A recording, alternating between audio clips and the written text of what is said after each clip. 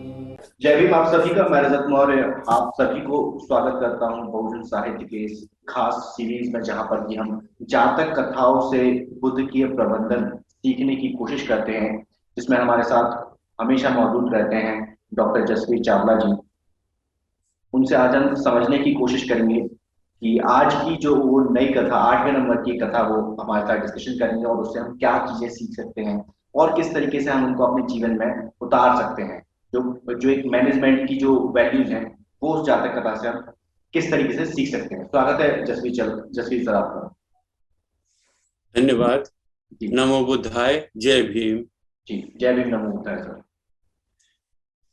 आज की कहानी जो है वो जी। 8 नंबर की कहानी है। जी। उसका नाम है गामड़ी जातक। कामनी है ना? जातक कथा। ठीक। गामड़ी जातक, हाँ। और मैं इस और दर्शकों का ध्यान दिलाना हम्म। चाहूंगा पुनः एक बार कि हम्म। हो सकता है ये कहानी आपको बाजार में जो जातक हैं उनमें हाँ। न मिले, हाँ। क्योंकि अनपॉपुलर है। कोई जी। बहुत मतलब पॉपुलर कहानी नहीं है। तो ये जो आपको जातक अट्ठ कथा हम्म। जो पुस्तक मिलती है उसमें आप ये कहानी पाएंगे, है ना? हम्म। और गामड़ी जातक जो है इसका अर्थ जो है, गामड़ी क्यों है, तो गामड़ी यहाँ पर इसमें बदंत आनंद कौशल नयन जी ने थोड़ा सा उसको व्याख्या दी है कि हम्म। ग्राम में जो बड़ा होता है ना, हम्म। श्रेष्ठ, हम्म। उसको गामड़ी कई बार कहते हैं, है ना? अच्छा। ठीक। गामड़ी वो पुराना शब्द पाली है। भाषा। हाँ, पाली का पुराना शब्द है। वो श्रेष्ठ, जो गांव का जो प्रतिष्ठित या हम्म। श्रेष्ठ पुरुष होता है उसको गामड़ी कहा जाता था, है ना? जैसे गणमान कहा तो जाता है। है जैसे, जैसे गणमान कहा जाता है। हाँ, गणमान्य जो है ना, ठीक। उस हाँ। ढंग से उसका व्यवहार होता था। ठीक। तो इसमें शैली उसी तरह से है। ठीक। आपके पहली लाइन में हमें जो सूचना मिली है, हम्म। अपि अपि अतर्मानानम, हम्म। यह गाथा शास्ता हम्म। ने जेतवन में विहार करते समय एक उद्योगहीन, हम्म। ब्रैकेट में दिया है आलसी, भिक्षु हम्म। को लक्ष्य करके कही। है ना? आलसी। अब देखिए, मतलब ये आलसी कहानी आलसी लोगों के लिए हो सकती है सर। हो सकती है। और ठीक। उसमें उन्होंने व्याख्या भी दे दी है कि जो उद्योगहीन है ना, उद्योगी हम्म। माने अब छोड़ चुके हैं, ऐसी हमने पहले भी बेरोजगार। कहानियां कहानियां पहले भी हमने देखी है ना। अब जी। देखते हैं इसमें क्या अंतर है बेरोजगार कह कि सकते हैं सर उसको। है कि हाँ, बेरोजगार कि कह। वो किस किस तरह से वो उद्योग छोड़ चुका है, क्या बात हम्म। थी उसमें, है ना, इस ढंग हम्म। की। तो हम्म। इस जातक की वर्तमान कथा तथा हाँ। अतीत कथा दोनों 11वें परिच्छेद के संवर जातक में आएंगी। ठीक। अब देखिए, ये जातक कथा अब जब कंपाइलेशन हुआ है तो हम्म। आपको इस ढंग की चीजें मिलती हैं कि वर्तमान कथा में आपको रेफरेंसेस दे दिए गए हम्म। कि सेम आपकी वर्तमान कथा और अतीत कथा दोनों 11वें परिच्छेद के संवर जातक में आएंगे। अब ये हो सकता हम्म। है कि आपको 300 के नंबर की बाद की कहानी हो या कहीं पर हम्म। और हो, है ना? तो हम हम्म। लोग जब उस कहानी पर पहुंचेंगे हम्म। तब उसका विस्तार से ये कर लेंगे। लेकिन संवर जातक जो है कहानी जो हम्म। है, ये पॉपुलर कहानी है। हम्म। गामड़ी जातक उतनी पॉपुलर नहीं हुई। ठीक। संवर जातक पॉपुलर कहानी है, मैं उस पर हम्म। आता हूँ। ठीक। तो कथा चूंकि समान है, वर्तमान कथा, हाँ हम्म। लिखा है, हाँ गाथा का भेद हम्म। है ना। ये इंफॉर्मेशन भदंत जी अपनी तरफ से दे रहे हैं कि हाँ। गाथा का भेद है। नहीं तो एक ही मत, कथा है तो पूछा जा मत, सकता है ना कि फिर एक ही कथा है तो दो जगह देने की क्या जरूरत मतलब जो टू है ना? लाइनर जो है, जो टू लाइन दो लाइन की जो गाथा है, वो उसमें हाँ, अंतर है। उसमें अंतर है। तो ठीक। देखिए, इसका अर्थ ये हुआ, देखिए मैं इस बात को पॉइंट आउट इसलिए कर रहा हूँ हम्म। कि कथा सेम होने के बावजूद हम्म। दो जगहों पर रखी गई है ना। हम्म। अब 547 में अगर हम ये मान के चले, जैसे पहले लोगों का ये मत था कि भाई ये पूर्व जन्म की कहानियां हैं, हम्म। है ना, इसका मतलब देखिए, पूर्व जन्म तो हुआ नहीं, ये तो हम्म। सिर्फ गाथा का भेद था, इसलिए हम्म। दूसरी जगह उसको कंपाइल कर दिया गया। हम्म। ठीक है? हम्म। क्योंकि बहुत लोग ऐसा मानते हैं कि भाई 547 कहानियां, इसका मतलब 547 बुद्ध के पूर्व जन्म हुए। हम्म। लेकिन कई यहाँ लोग ऐसा स्वयं उस कहते हैं। बात, हाँ, हम्म। यहाँ स्वयं उस बात को निगेट किया जा रहा है कि यही ठीक। कथा जो है संवर जातक में आई है, तो इसका हाँ। मतलब एक एक या दो जन्म कम हो गए, हम्म। है ना। इसी लॉजिक को अगर देखें तो कर्म यानी इसी तरह आपको और भी साक्ष्य आएंगे जिससे ये पता चलेगा कि भाई ये पूर्व जन्म की कहानियां नहीं है, ये प्रबंधन की कहानियां हैं, केस स्टडीज है ना। तो खैर अब हम लोग आगे बढ़ते हैं। इसमें दिया है कि गाथा का भेद है, इसलिए हम ये कहानी इसको अलग नाम से गामड़ी जातक के नाम से यहाँ कंपाइल की गई है। तो होता क्या है कि संवर जातक की मैं थोड़ा ले आता हूँ। संवर जातक में क्या होता है, उसमें एक केस स्टडी आती है कि ब्रह्मदत्त के 100 बेटे हैं और बोधिसत्व जो है वो 101वां है ना। ब्रह्मदत्त के 100 बेटे हैं और बोधिसत्व जो है वो 101 उनके पुत्र हैं, 101 में है। अब अगर सक्सेशन के हिसाब से देखें तो संवर सोचता है कि भाई हम तो कभी राज्य पाएंगे ही नहीं, है ना, क्योंकि बड़ा होगा, उसके बाद फिर दूसरा आएगा, फिर तीसरा आएगा, चौथा आएगा, इस ढंग से। तो यानी उसके मन में अगर कोई आदमी उस राज्य अधिकार के हिसाब से अगर काम करे, उसको लक्ष्य करके, तो उसको उद्योग करने ही नहीं चाहिए कि भाई हमको तो मिलना नहीं है। काम का हम कोशिश करें कि राजकुमार के जो गुण होते हैं वो मुझ में आए, जो राज्य चलाने के जो गुण होते हैं, मैनेजमेंट टेक जो दक्षता है वो मुझ में आए, कुशलता आए, इन सब के लिए हम क्यों प्रयत्न करें, ठीक है ना। तो संवर जो है वो राजकुमार जो है वो अपने आचार्य से कहता है ना, अपने मन की जो शंका है कि इस हिसाब से तो गुरुदेव मेरा तो कभी नंबर आएगा नहीं, है ना। जो आप इतने ब्रह्मचर्य पालन और इतने सारे नियम मुझे सिखा रहे हैं, उन सब की उपयोगिता देखिए ना, इसको इस रूप में देखिए। आज भी कई सब्जेक्ट्स हम लोग को ये क्यों पढ़ा रहे हैं यार, इसका तो कोई यूज नहीं है, कहते हैं ना। जैसे तो इसके लिए क्या हम 10-12 तक हम सोचते हैं यार हिंदी हमारे किस काम की है, किस काम की, ये सब ये मैथ्स में ट्रिग्नोमेट्री मैथ्स में क्यों पढ़ा रहे हो, क्यों पढ़ा रहे हो। जी जी जी। तो लगभग यही शंका जो है बोधिसत्व के मन में आती है। वो आचार्य से कहता है कि भाई ये सब इतनी, तो मैं तो कभी बनूंगा नहीं श्वेत छत्र, कभी मेरे सिर पर श्वेत छत्र नहीं आएगा। अब श्वेत छत्र वो निशानी होती थी राजा बनने की, है ना। तो उसके आचार्य कहते हैं कि भाई ऐसा है कि तुम आचार्य की बात मानो, ये सबसे पहले तुम्हारा धर्म है ना। अब पढ़ने आए हो तो भाई इसको पढ़ो मन लगा करके। उसके बाद क्या होता है कि संवर जातक की वो कहानी आती है कि उसमें बोधिसत्व को ही राज्य मिलता है तक्षशिला का, क्योंकि उसमें आचार्य की बात मानकर सारे नियमों को पालन किया, ब्रह्मचारी रहा, अनासक्ति उसके मन में रही, है ना। और वो जो है सारे इंद्रियों से ऊपर हटकर वो किसी भी आसक्ति में नहीं फंसता है, जबकि उसके सारे भाई जो हैं वो आसक्तियों में फंस जाते हैं। इसलिए वो कथा बाद में जब आएगी तो उसका निचोड़ मैं बता दे रहा हूँ कि चूंकि ये पूरी पालन करता है इसलिए तक्षशिला का राजा बनता है संवर, ठीक है। तो उस कहानी को आप मन में रख करके ये कहिए कि भाई वो कहता है जब उसे श्वेत छत्र मिल जाता है बोधिसत्व को, कैसे मिलता है उसकी कथा बाद में सुनाएंगे, जो कि मैंने शॉर्टकट में आपको बता दी है। लेकिन जब बोधिसत्व को उपदेश मान 100 भाइयों में सबसे छोटा होने पर भी ग्रामणी कुमार 100 भाइयों से घिरा, अब सारे उसके 100 भाई चारों तरफ घेरे हुए हैं, और श्वेत छत्र तले सिंहासनासीन बैठा हुआ अपने यश संपत्ति को देख, मेरी यह यश संपत्ति मुझे आचार्य से प्राप्त हुई है, ऐसा सोचता है और संतुष्ट चित्त होकर उसने यह उदान गाथा कही, है ना। अब इसमें जो उदान मतलब होता है कि हर्ष से प्रेरित होकर, खुश होकर ये वाली गाथा कही। कौन सी गाथा कही?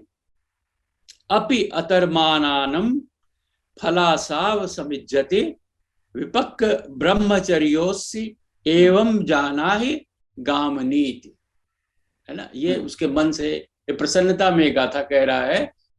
कौन? गामणी कुमार। जब उसको 100 भाइयों को मतलब ओवरटेक करके उसको जब राज्य की प्राप्ति हुई, तब ये कह रहा है कि मैं ये सारी जो मेरी यश संपत्ति है इसका मूल कारण है कि आचार्य, माने आई ओ इट टू आचार्य, आचार्य की बात मानी, उसकी वजह से मुझे सारी प्राप्ति हुई है, ठीक है। अब इसका इन्होंने जैसे कि जातक कथा की स्टाइल है, हर शब्द का उसमें व्याख्या की गई है ना। और व्याख्या करने के बाद में अंत में जो है वो मिलान करते हैं। तो शास्त्रा को इस धर्म उपदेश को उपस्थापित कर आर्य सत्यों को प्रकाशित किया। आर्य सत्यों के प्रकाशनोपरांत वह आलसी भिक्षु अरहत पद में प्रतिष्ठित हुआ। शास्त्रा ने दोनों कथाएं का तुलना कर संयोजन कर जातक का सारांश प्रस्तुत कर दिया। कहानी यहाँ खत्म हो जाती है, एक पृष्ठ के कहानी में खत्म कर दिया। और इसमें आप पाएंगे कि जैसे दूसरी जगह लिखा हुआ है वर्तमान कथा, अतीत कथा, इस तरह नहीं लिखा हुआ है ना, नहीं लिखा हुआ है, लेकिन कहानी में इस बात का रेफरेंस दिया हुआ है कि इसकी जो वर्तमान कथा है वो समर जातक में जाके देख लें, है ना। अब समर जातक में जो कथा है वर्तमान कथा, वो मैंने आपको इस रूप में बताई, उदाहरण कथा के रूप में, है ना। और जो वर्तमान कथा उसमें आलसी भिक्षु जो है उसका कारण है ना, उस भिक्षु को मोटिवेट करने के लिए, उस भिक्षु को मोटिवेट करने के लिए ये उदाहरण कथा शास्त्रा ने बताई कि भाई उद्योगहीन मत हो, आलसी मत हो, ये सोच करके कि भाई इसका क्या रिजल्ट है, हमको किसका क्या फायदा, है ना। संवर कुमार ने भी, जो बोधिसत्व था, उसके भी मन में ये भावना आई थी। आचार्य सब कहता भी है कि भाई मैं 101 नंबर पर, मेरी बारी कब आएगी, इट इज जस्ट इम्पॉसिबल। लेकिन फिर भी वो तक्षशिला का उसी को राज्य मिला, 100 भाइयों को नहीं मिला। तो कहने का मतलब कि तुम जो गुण है, जो आलसी भिक्षु से कह रहे हैं कि तुम ये सोच करके क्या मिलेगा इसमें, है ना, ये दीक्षा प्रवृत्तियां ले ली है, मैं बुद्ध शासन में चल रहा हूँ, है ना, तो मन में फ्रस्ट्रेशन आ सकता है, तो छोड़ो यार, क्या करना है, इससे कुछ फायदा वायदा नहीं है ना। ये हम लोग आम अमूमन तौर से विद्यार्थियों में भी कई बार भावना आ जाती है कि इसको पढ़ के क्या करना है, तो छोड़ो, अनइम्पोर्टेंट है ना, ये इम्पोर्टेंट वाला पढ़ लेते हैं इस ढंग से। मैं यहाँ पर एग्जाम्पल देना चाहूंगा, जैसे कि किसी क्लास के अंदर एक बच्चा है, बैक बेंचर है, पीछे बैठता है जी, है ना, उसकी कोई उम्मीद नहीं है कि वो पास हो पाएगा, जी जी, है ना, वो भी हार मान चुका है कि भाई मैं पास नहीं हो पाऊंगा, लेकिन अब पूरी साल तो गुजारनी है जी, पूरी 1 साल तो समय देना ही पड़ेगा उसको में। तो उसका जो टीचर है, उसके जो गुरु है, वो ये कह रहे हैं कि भाई ठीक है, तुम पूरे 1 साल तो गुजारनी है ना, तो फिर कैसे गुजारोगे, कोशिश करके गुजारो, कोशिश करके बैठो, कोशिश करके गुजारो। और फिर अंत में हम देखते हैं कि वो बच्चा जो है, जो बैक बेंचर है, उसने गुरु की बात मानी, जैसा जैसा उन्होंने बताया वैसा वैसा उसने किया, और अंत में वो ना सिर्फ केवल पास हुआ बल्कि टॉप भी किया, पूरी क्लास में टॉप भी किया, बिल्कुल है। तो इस नजरिए से हम इस चीज को देख सकते हैं, बिल्कुल। आज के परिप्रेक्ष्य में इस हिसाब से इस कहानी को इंटरप्रेट किया जा सकता है, और इससे जो प्रबंधन की सीख है वो भी ली जा सकती है कि भाई आप उद्योगहीन होकर के, आलसी होकर, आप जैसे कई लोग कहते हैं ना कि भाई कर्मणि एव ही अधिकारस्ते मा फलेषु फल, भाई फल की इच्छा मत किए तुम कर। तो मुझे लगता है कि भाई आपको ये बताया जा रहा है कि उद्योगहीन जो भिक्षु है या उद्योगहीन आदमी हो जाता है तो फल प्राप्ति की तो कोई आशा ही नहीं है ना। यहाँ पे इसके उद्योग शब्द जो है वो सिर्फ बिजनेस के लिए इस्तेमाल नहीं किया जा रहा है, वो किसी भी तरह के कार्य के लिए इस्तेमाल किया जा रहा है कि आपको कार्य विहीन नहीं होना है। हाँ, कि वो जो आपके यानी होता है ना इंडस्ट्रियसनेस, जो आपका जो काम करने का जो इच्छा है ना, वो उसमें कभी नहीं आनी चाहिए। जो मेहनती स्वभाव है वो उसमें लगा रहना चाहिए, और आप ये सोच करके कि भाई मैं ये इसमें शायद ही कोई फल मिले, है ना, और आप छोड़ दिए, आप आलसी हो गए कि छोड़ो यार, वो एक गलत क्या कहते हैं, एक गलत तरीका होगा, है ना। और सही तरीका ये है कि आप उद्योगहीन मत होइए, अपना लगातार प्रयत्न जारी रखिए, और जो नहीं भी मिलना है ना, जिसकी आप आशा भी नहीं की, वो भी आपको प्राप्त हो जाएगा। इसको सर हम इस तरीके से भी देख सकते हैं कि जैसे अपन लोग, आपने इतना 1 दशक तक पूरे मेहनत की, है ना, फिर आप हम लोग वीडियो शूट करते हैं, हम फिर मैं एडिट करता हूँ बाद में, आप देखते हैं कितना व्यस्त हो, कितना बिजी होने के बाद भी हम लोग ये काम करते हैं, आप भी समय निकालते हैं, उसके बाद भी व्यूज आते हैं 190, 200, 250, पर हम इस काम को रोक नहीं रहे, करते रहेंगे। हम हमारा ये काम है, हम करते रहेंगे, आज नहीं, कल नहीं, परसों नहीं, 10 दिन बाद, 1 महीने बाद हमें सफलता हाथ लगेगी, हम खाली नहीं बैठे। बिल्कुल बिल्कुल, हमें उद्योगहीन नहीं, हाँ, उद्योगहीन नहीं होना। इसी तरह की कहावत शायद जापान में, चाइना में बस स्टॉप रहते हैं, वहां पर लिखी रहती है कि यहाँ समय रुकता है, यहाँ बस रुकती है, समय नहीं रुकता। समय नहीं रुकता है जी। आप समय नहीं रुक रहा, आप चाहो तो यहाँ से आप आगे चल सकते हो सकता है ये सही। कहावत थोड़ी सी मैं गलत बोल रहा हूँ, क्योंकि काफी टाइम पहले नहीं मैं नहीं, शायद, हाँ मतलब उसी से जुड़ी हुई चीजें हैं, हाँ उसी से, जो कि समय तो रुकेगा नहीं। आप हाँ उद्योग करें अथवा ना करें, हाँ, आप मैं आलसी बने करता रहे तब भी हूँ समय जी, नहीं रुकेगा, समय तो निकल ही जाएगा। एग्जैक्टली। इसलिए ये है कि भाई समय के साथ आप हम्म अपना उद्योग जारी रखें, हम्म और कालांतर में आपको फल प्राप्ति अवश्य होगी, है हम्म, ना। ये हाँ उनको आचार्य समझाते हैं और बोधिसत्व उसका मानते हैं उस चीज को। हाँ और उस तरह से इसलिए कहते हैं कि आई ओ दिस टू माई आचार्य। हम्म आचार्य की बात मानी तभी मैं आज इतने बड़े यश को प्राप्त हुआ, है हम्म ना, कि मैं राजा बना और इतनी यश संपत्ति मुझे मिली है, तो हम्म, इसका कारण मेरे आचार्य हैं, है ना। तो जी, इस ढंग से इसको आप इसको देखना चाहिए जी, बिल्कुल। बहुत देखना बहुत चाहिए। शुक्रिया सर, ये कहानी खत्म यहाँ पे हो जाती है। हाँ, इसमें खत्म कुछ हो और जाती है बिल्कुल। इसमें कुछ और ऐड करना चाहेंगे आप? इसमें देखिए ऐड करने के लिए तो बहुत कुछ है, लेकिन हाँ जो इसका सारांश है ना, हाँ मूल तत्व हाँ इसी रूप में है कि हम्म इसने देखिए एक इस कहानी के माध्यम से हम सभी को मोटिवेट किया, हम्म। है ना। तो तो मैनेजमेंट इसका में इसका प्रबंधीय जो गुण है, प्रबंधकीय गुण जो है, वो आप जी, इसे अगर सारांश में समझाना चाहें, बहुत हाँ, छोटे तो मैं से। यही बताना हाँ चाहूँगा कि देखिए बुद्ध के प्रबंधन इसमें कितना सुंदर है। हम्म अगर दूसरा कोई प्रबंधक होता मेरे जैसा हम्म जाहिल, तो वो भिक्षु को लताड़ता, हम्म है ना, हम्म लज्जित करता हम्म कि भाई तुम ये कर रहे हो, वो कर रहे हो, हम्म फलाना, है ना, तुमसे पढ़ा नहीं जाता है ना, हम्म वगैरह वगैरह, तुम जाओ, ये छोड़ो हम्म बिहार, तो तुम्हारे मतलब का नहीं हम्म है ना।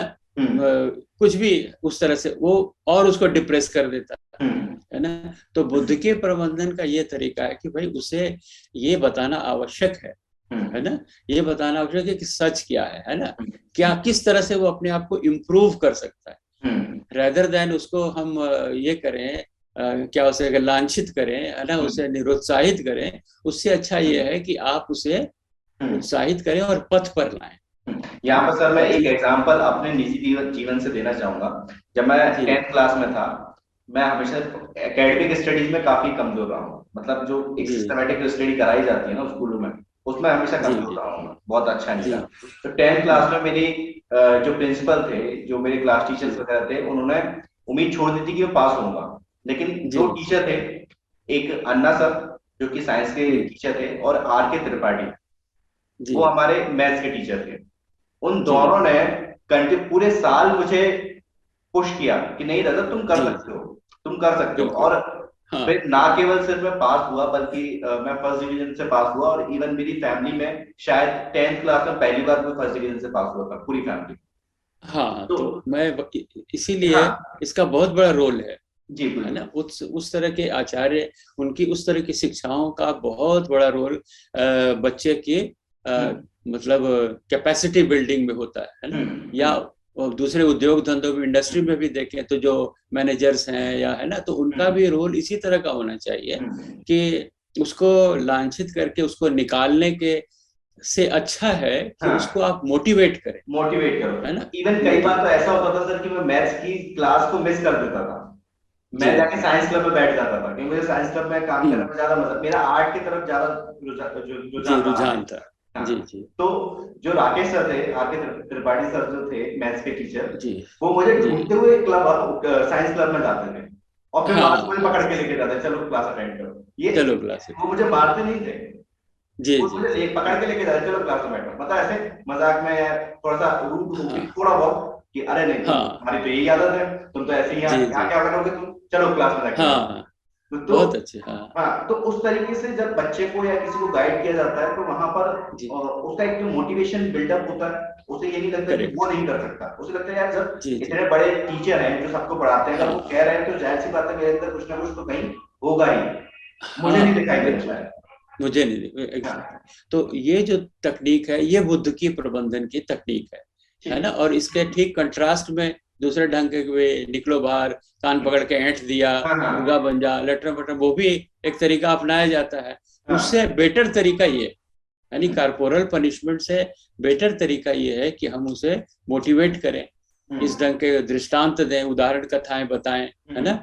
अब सचमुच में समर राजकुमार हुआ या नहीं हुआ, तक्षशिला का राज्य हुआ या नहीं हुआ, एक बात ये अलग है। सब ये बात अलग है ना। हाँ। इसलिए हमको मोटिवेट करना है, और एक उदाहरण कथा के द्वारा अगर हम करते हैं तो हमें रिजल्ट ज्यादा अच्छे मिलते हैं। और हर विद्यार्थी की अपनी अपनी कैपेसिटीज हैं, अपनी अपनी कैरेक्टरिस्टिक्स हैं, उसका ध्यान रखते हुए हम बच्चों में ये भावना भरी जा सकती है। तो इसको आप शिक्षा प्रबंधन से भी इस कहानी को जोड़ के, मतलब ये आप दर्शकों के लिए बता रहा हूँ कि ये हर चीज में आप इसको अप्लाई कर सकते हो, वो चाहे आपका रिलेशन हो, आपकी एजुकेशन हो, आपका जॉब हो, आपका बिजनेस हो, अगर आप सेल्फ एम्प्लॉयड है, जैसा अभी हम, जैसे मैं सेल्फ एम्प्लॉयड हूँ, मैं सिर्फ यूट्यूब पर ही काम करता हूँ, वेबसाइट पर काम करता हूँ, रिजल्ट नहीं भी मिलते हैं तब भी कई बार मैं इससे हताश हो जाता हूँ, तो सर मुझे मोटिवेट करते हैं, अरे नहीं रिजल्ट कोई दिक्कत नहीं है, हो जाएगा। या मेरी कुछ फ्रेंड है, वो मुझे मोटिवेट करती है, कोई दिक्कत नहीं है, रिजल्ट बहुत अच्छा काम करो करो।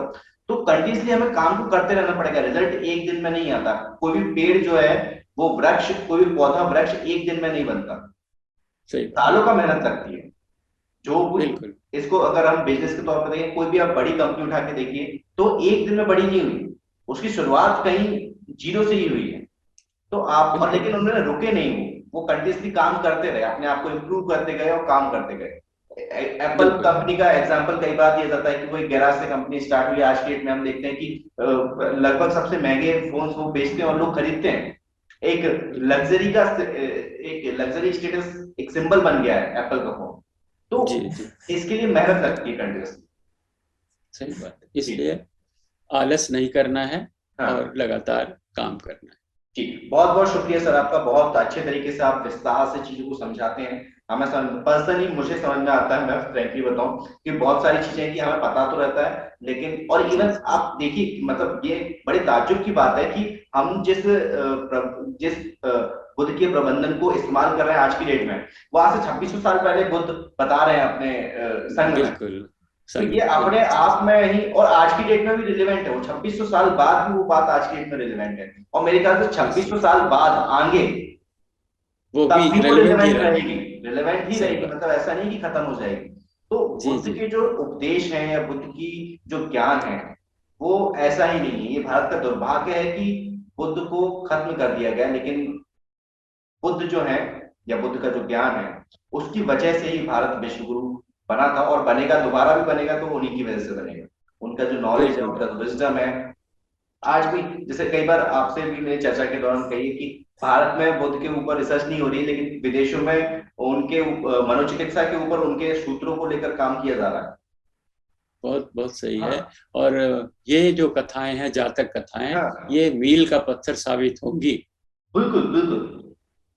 और ये ये प्रबंधन की इंडिविजुअल कथाएं। इंडिविजुअल पर्सन के जीवन में ही मील का पत्थर साबित होंगी, और देश के लिए भी मील का पत्थर साबित होंगी, क्योंकि अगर बुद्ध के निश्चित बताए रास्ते पे पूरा हम इंडिविजुअल, जैसे मैं अगर चलने लगा, सर चल रहे हैं, एक एक करके सभी चलेंगे तो फिर पूरा देश ही चल पड़ेगा। क्योंकि निश्चित हाँ, वो निश्चित। एक कहावत है ना कि उस टीचर जब क्लास में कोई नहीं रहता था तो मॉनिटर रहता था, अब मॉनिटर शिकायत जी करता था, तो टीचर जाके बोल देते कि तुमने खुद को मॉनिटर किया था।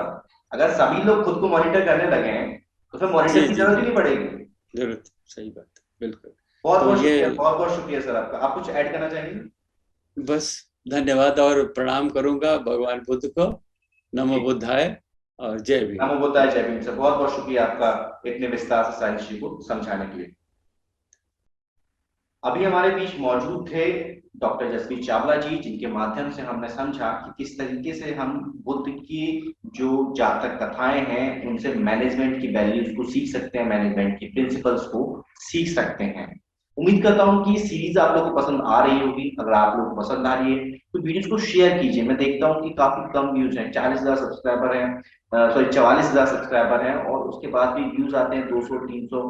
तो ये पर्सनली मुझे थोड़ा सा निराश करता है। मैं काम नहीं रोकूंगा, काम तो करता ही रहूंगा, क्योंकि मेरा मोटिवेशन वो पीछे जो वॉल पे लगे हुए हैं वो सारे लोग हैं, तो वो कभी खत्म नहीं होता। निराश होता हूँ थोड़ी देर के लिए, लेकिन फिर दोबारा लग जाता हूँ। आप लोगों से निवेदन है कि वीडियो को शेयर कीजिए, कमेंट कीजिए, जितने भी लोग मेरा समर्थन करते हैं कीजिए, जिस तरीके से आप कर सकते हैं। अगर आप कैपेबल हैं, आप वर्किंग है, आपके पास अच्छी सैलरी वगैरह, इनकम वगैरह है, तो आप लोग हमें फाइनेंशियल सपोर्ट भी कर सकते हैं, क्योंकि किसी भी काम को करने के लिए पैसे की, आर्थिक सहयोग की बहुत ज्यादा जरूरत होती है। उम्मीद करूंगा कि आप लोग हमारा आर्थिक समर्थन करेंगे। मैं रजत कुमार मिलता हूँ आपसे अगले वीडियो में, फिर किसी किताब के साथ, फिर किसी जातक कथा के साथ। तब तक अपना और अपनों का ध्यान रखें, पढ़ने की आदत को विकसित करें, क्योंकि पढ़ेगा इंडिया तभी तो बढ़ेगा इंडिया। जय भीम, जय भारत, जय संविधान, जय जोहार।